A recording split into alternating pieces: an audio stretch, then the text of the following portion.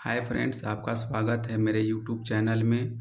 और आज हम बताने वाले हैं IDMT रिले। जैसा आपने हेडिंग देखा है IDMT रिले, इसका फुल फॉर्म है इन्वर्स डिफिनिट मिनिमम टाइम। यह रिले इलेक्ट्रिकल सिस्टम में प्रयोग किए जाने वाला एक सुरक्षात्मक उपकरण है जो फॉल्टी करंट को डिटेक्ट करता है और सर्किट को ब्रेक करने का काम करता है। इलेक्ट्रिकल इक्विपमेंट को नुकसान से बचाता है। IDMT relay over current relay के जैसा ही है और अधिकांश over current relay IDMT relay के सिद्धांत को फॉलो करते हैं। IDMT relay faulty current, over current पर बहुत तेज़ी के साथ प्रतिक्रिया करते हैं। रिले का संचालन current is inversely proportional to time के अनुसार होता है।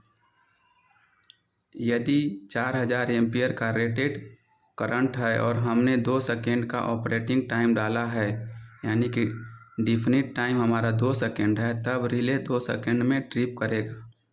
लेकिन अगर उससे ज़्यादा होता है या फिर धीरे धीरे ग्रेजुअली इंक्रीज होता है तो आपका ट्रिपिंग टाइम हाफ सेकेंड रह जाएगा या फिर उससे भी कम हो जाता है। कहने का तात्पर्य है कि निश्चित रेंज में रिले का ट्रिपिंग टाइम अधिक रहता है और करंट जैसे जैसे बढ़ता है उसी तरीके से ट्रिपिंग टाइम भी कम हो जाता है। जैसा आप देख पा रहे हैं इन्वर्स डिफिनिट मिनिमम टाइम, इसका आंशिक कोड है 51। कहीं भी इलेक्ट्रिकल फीडर में अगर 51 मेंशन है तो वह IDMT रिले हो सकता है।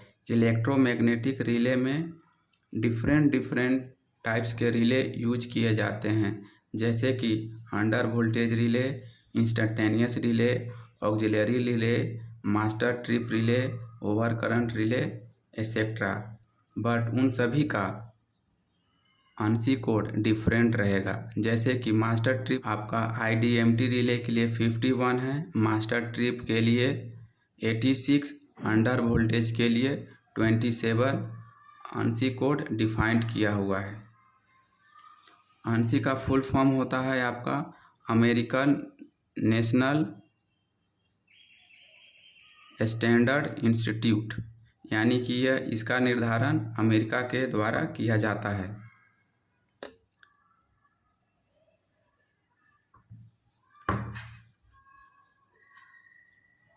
इसका relation time is inversely proportional to time है। यहाँ पे जैसे करंट आपका बढ़ रहा है तो आपका ट्रिपिंग टाइम घट रहा है। हमने ग्राफ भी प्लॉट कर रखा है। यहाँ पे आप देख पा रहे हैं कि हमारा जैसे ही ट्रिपिंग टाइम धीरे धीरे कम हो रहा है, हमारा करंट का एम्पलीट्यूड कम हो रहा है। बट करंट का मैग्नीट्यूड बढ़ने पे हमारा ट्रिपिंग टाइम धीरे धीरे कम हो रहा है और एक लिमिट आ रहा है कि जब हमारा करंट एक्सेस हो जा रहा है तो सडनली ट्रिप टाइम हमारा कम हो रहा है। आइए इसका हम ट्रिपिंग मैकेनिज्म समझें। यहाँ पे हमने ऑलरेडी प्लॉट करके रखा है। यह एक परमानेंट मैग्नेट है जो इस डिस्क को होल्ड करके रखने का काम करता है। जब भी हमारा अंडर रेंज करंट फ्लो होता है तो यह डिस्क या ब्रेकिंग मैग्नेट डिस्क को होल्ड करके रखता है, रोटेट नहीं होने देता है। और यह कॉन्टैक्ट स्प्रिंग है। जैसे ही स्प्रिंग मूवमेंट करना चालू करेगा तो इसके लगा हुआ रिले में NO-NC कॉन्टैक्ट रहते हैं। वह क्या करता है, NO-NC कॉन्टैक्ट को एक्चुएट करने का काम करता है।